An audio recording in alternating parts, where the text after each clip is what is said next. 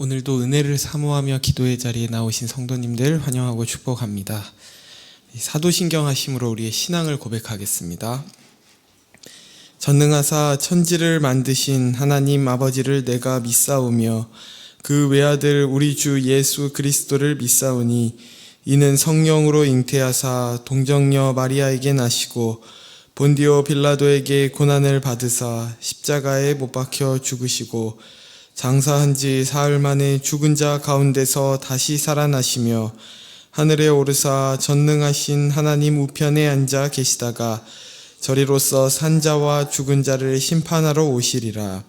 성령을 믿사오며 거룩한 공예와 성도가 서로 교통하는 것과 죄를 사하여 주시는 것과 몸이 다시 사는 것과 영원히 사는 것을 믿사옵나이다. 아멘. 찬송가 64장 찬송하시겠습니다.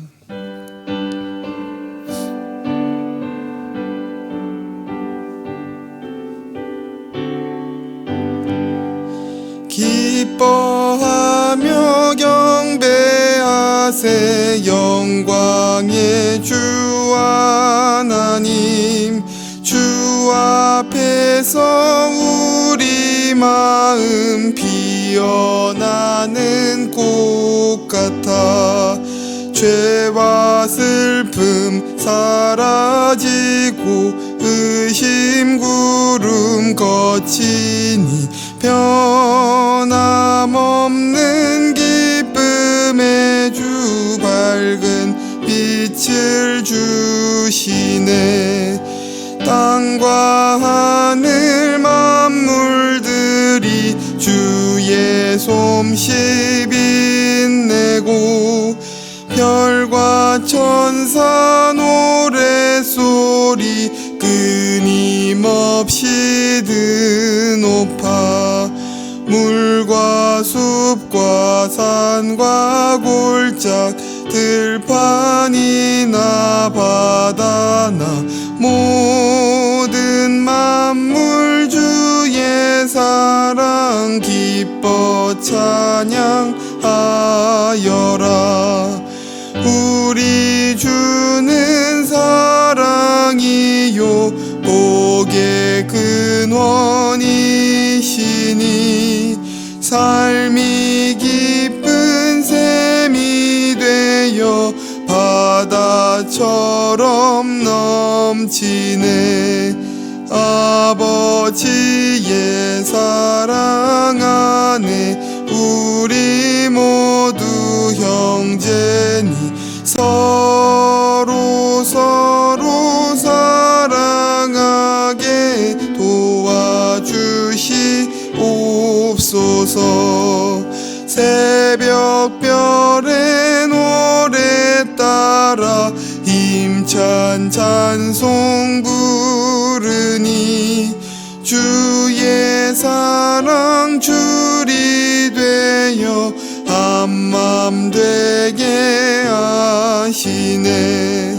노래하며 행진하여 싸움에서 이기고 승전가를 높이 불러 주께 영광 돌리세. 아멘. 오늘 하나님이 우리에게 주신 말씀은 시편 97편 1절에서 12절 말씀입니다. 시편 97편 1절에서 12절 말씀입니다. 한 절씩 교독하시겠습니다. 여호와께서 다스리시나니 땅은 즐거워하며 허다한 섬은 기뻐할지어다. 구름과 흑암이 그를 둘렀고 의와 공평이 그의 보좌의 기초로다. 불이 그의 앞에서 나와 사방의 대적들을 불사르시는도다. 그의 번개가 세계를 비추니 땅이 보고 떨었도다. 산들이 여호와의 앞 곧 온 땅의 주 앞에서 밀랍같이 녹았도다. 하늘이 그의 의를 선포하니 모든 백성이 그의 영광을 보았도다. 조각한 신상을 섬기며 허무한 것으로 자랑하는 자는 다 수치를 당할 것이라. 너희 신들아 여호와께 경배할지어다. 여호와여, 시온이 주의 심판을 듣고 기뻐하며 유다의 딸들이 즐거워하였나이다. 여호와여, 주는 온 땅 위에 지존하시고 모든 신들보다 위에 계시니이다. 여호와를 사랑하는 너희여, 악을 미워하라. 그가 그의 성도의 영혼을 보전하사 악인의 손에서 건지시느니라. 의인을 위하여 빛을 뿌리고 마음이 정직한 자를 위하여 기쁨을 뿌리시는도다. 의인이여, 너희는 여호와로 말미암아 기뻐하며 그의 거룩한 이름에 감사할지어다. 아멘. 네, 어제는 시편 96편을 통해 우리의 구원을 이루시기 위해 새 일을 행하시는 주님께 우리도 새 노래로 찬양하자는 말씀을 나눴습니다. 온 피조 세계가 악과 불의로 고통받고 있는 것 같지만 지금도 하나님의 의로운 통치가 지속되고 있으며 공평과 의로 심판하시는 날 모든 피조 세계가 함께 기뻐하게 될 것을 기대하는 그런 말씀을 함께 나눴는데요. 오늘 살펴볼 97편도 이와 유사한 주제로 이어집니다. 하나님의 통치에 대한 기쁨과 악에 대한 심판을 선포하고 있는데요. 오늘 우리에게 이 주신 말씀을 통해 하나님의 통치와 또 의로운 심판에 대한 소망이 우리 가운데 더욱 선명해지는 시간이 되길 소원합니다. 1절과 2절을 제가 다시 읽겠습니다. 여호와께서 다스리시나니 땅은 즐거워하며 허다한 섬은 기뻐할지어다. 구름과 흑암이 그를 둘렀고 의와 공평이 그의 보좌의 기초로다. 1절은 시편 97편 전체를 잘 요약하고 있는 말씀인데요. 여호와의 통치와 그로 인한 온 세상의 기쁨을 선포하고 있습니다.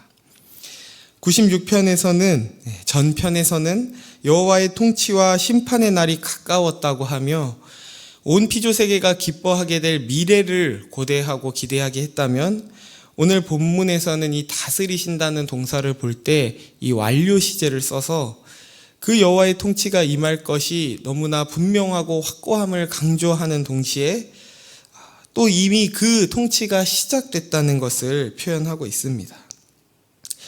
또한 여호와의 통치로 땅과 허다한 섬이 기뻐한다고 하는데 땅과 땅에서 멀리 떨어진 섬들은 곧 이 세상의 모든 사람들, 모든 나라들을 의미합니다. 즉 여호와의 통치가 이미 시작되었고 그로 인해 온 땅이, 온 세상이 기뻐해야 한다는 것입니다. 또 2절에 구름과 흑암은 시내산에서 출애굽한 이스라엘 백성들에게 여호와께서 나타나셨던 그 모습을 떠올리게 하는데요. 구약의 선지자들이나 시편 기자들은 여호와의 현현, 여호와의 도래를 묘사할 때 이 시내산에서의 그 모습을, 그 이미지를 종종 사용하곤 합니다. 그리고 의와 공평이 그의 보좌의 기초다라고 하는데 그의 보좌는 왕의 통치를 상징하는 것이죠. 그래서 2절은 여호와께서 자기 백성 가운데 그 시내산에서 임재하셨던 것처럼 분명하게 임재하셔서 이들을 통치하실 때 그 통치의 원리가 의와 공평이라는 것입니다. 의와 공평에 대해 조금 더 깊이 생각해 보려고 하는데요. 이 의로 번역된 히브리 원어는 ጼ데크이고 또 공평으로 번역된 단어는 미시파트입니다. 이 ጼ데크와 미시파트라는 이 단어는 또 짝을 이뤄서 성경에서 자주 사용되는데 그것이 나타나는 말씀 한 구절인 창세기 18장 19절을 제가 읽겠습니다. 내가 그로 그 자식과 건속에게 명하여 여호와의 도를 지켜 의와 공도를 행하게 하려고 그를 택하였나니 이는 나 여호와가 아브라함에게 대하여 말한 일을 이루려 함이니라. 여호와께서 아브라함을 택하신 목적을 그와 그 자식들이 의와 공도를 행하게 하는 것이라고 말씀하십니다. 이 의와 공평, 의와 공도를 행하는 것이 하나님께서 자기 백성을 부른 목적이라는 것인데요.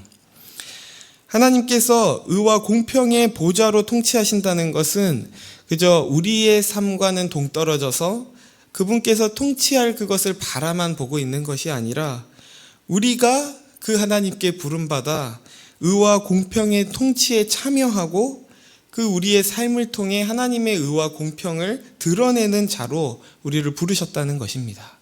그리고 그런 우리를 통해서 하나님의 통치가 완성되어져 가고 그 나라가 이루어질 것이라고 말씀하시는 것이죠.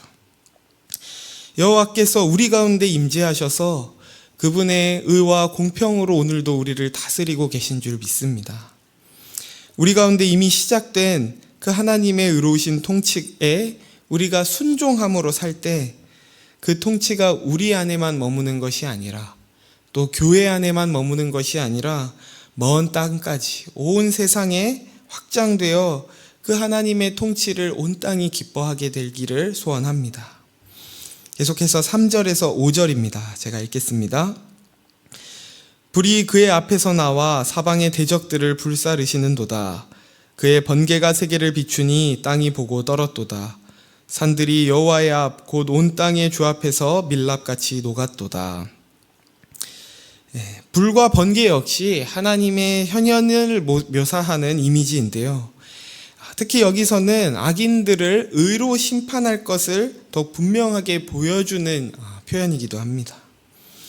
여호와의 불이 악한 대적들을 모두 삼킬 것이고 또 갑작스러운 번개는 온 세계를 밝혀 은밀한 악행까지 모두 드러나 그 악인들은 여호와의 심판 앞에서 두려워 떨 것입니다. 또 5절에 나타난 산들은 가장 견고한 것으로 악인들이 안전하다고 믿고 의지하는 그 견고한 산과 같은 것까지도 여호와의 임재와 진노 앞에서 밀랍처럼 힘없이 녹아 없어질 것이라고 말씀하고 있습니다. 그렇게 하나님의 심판의 위엄과 능력을 선포하고 있는 것이죠. 여러분들에게는 하나님의 의로우신 심판에 대한 소망이 있으십니까? 사는 것이 점점 더 힘들어진다. 세상이 더욱 악해지고 혼란스러워진다. 그래서 앞으로 살아갈 자녀와 다음 세대를 보면 참 안타깝기도 하고 또 막막하다는 이야기를 많이 하기도 합니다.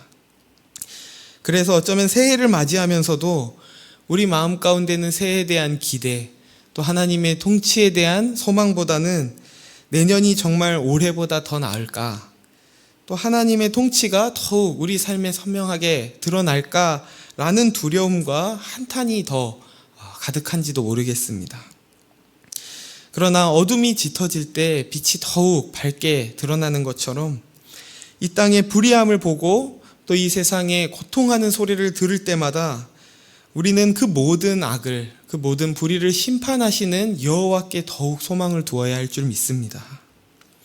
아무리 견고해 보이는 악의 세력도 결국 여호와의 심판 앞에서는 밀랍처럼 또 불 앞에서 타버리는 그렇게 모두 다 사라지게 될 것입니다. 그래서 시편 기자는 6절에서 이렇게 선포합니다. 하늘이 그의 의를 선포하니 모든 백성이 그의 영광을 보았도다. 여기서도 시편 기자는 보았도다라고 완료형으로 이 동사를 사용하면서 그의 의와 영광을 보게 될 것을 확신하며 선포하고 있습니다. 아무리 세상이 더 악해져 가고 또 죽음을 향해 사망을 향해 달려가는 것처럼 보이지만 하나님께서 창조하신 이 피조 세계와 택한 자기 백성들을 통해 하나님의 의를 선포할 것이고 하나님께서 또 마지막 날 심판하실 때에 모두가 선명하게 그의 영광을 보게 될 줄 믿습니다. 이 소망을 끝까지 붙드는 저와 여러분 되기를 소망합니다. 계속해서 우리 7절을 다 함께 읽겠습니다. 조각한 신상을 섬기며 허무한 것으로 자랑하는 자는 다 수치를 당할 것이라. 너희 신들아 여호와께 경배할지어다. 아멘. 조각한 신상, 허무한 것은 모두 다 우상을 말하는 것이죠. 우리가 시편 96편에서도 살펴봤지만 우상이란 형상이 또 다른 형상을 만들어 자기를 섬기도록 하는 것이라 함께 나눴습니다. 하지만 형상이 또 다른 형상을 만들어 자기를 채울 수 없다고 그렇게 말씀했죠. 우리의 필요는 오직 자기 형상을 따라 우리를 창조하신 하나님만이 공급하시고 채우실 수 있기 때문입니다. 자신이 만든 헛된 우상을 의지하고 자랑하는 자는 결국 다 수치를 당하게 될 것입니다. 그렇게 우리가 의지하고 기뻐해야 할 분은 오직 여호와 한 분밖에 없음을 기억하고 오직 그분만을 자랑하는 저와 여러분 되기를 소원합니다. 그렇게 7절까지 시편 기자는 여호와의 통치에 대한 찬양을 고백하고 또 온 땅으로 여호와를 경배할 것을 촉구했다면 8절부터는 그 관심이 다시 하나님의 택한 백성들로 전환돼서 이들의 신앙 고백적 찬양으로 이어지는데요. 우리 8절을 또 같이 읽겠습니다. 여호와여, 시온이 주의 심판을 듣고 기뻐하며 유다의 딸들이 즐거워하였나이다. 시온은 예루살렘에 있는 산으로 보통 하나님의 백성들을 의미합니다. 또 유다의 딸들 역시 이 하나님의 택한 백성 중에 유다 지파만을 이야기하는 것이 아니라 하나님의 백성 전체를 나타내는 상징적인 표현인 것이죠.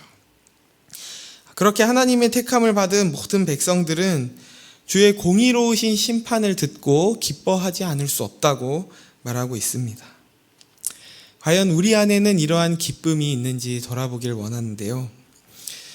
시편 기자가 말하고 있는 기쁨은 외부에서 누가 요구해서 나오는 기쁨이거나 또 잠깐 누리는 즐거움이 아니라 피조물인 인간이 창조주이신 하나님의 의롭고 선한 성품을 볼 때 우리 안에서 흘러 넘치는 그런 기쁨입니다.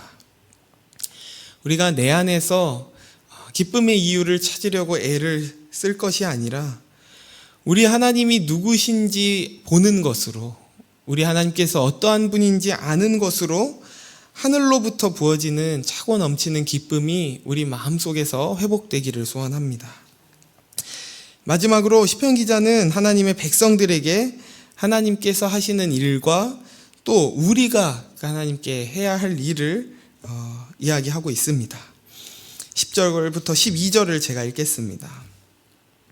여호와를 사랑하는 너희여, 악을 미워하라. 그가 그의 성도의 영혼을 보전하사 악인의 손에서 건지시느니라.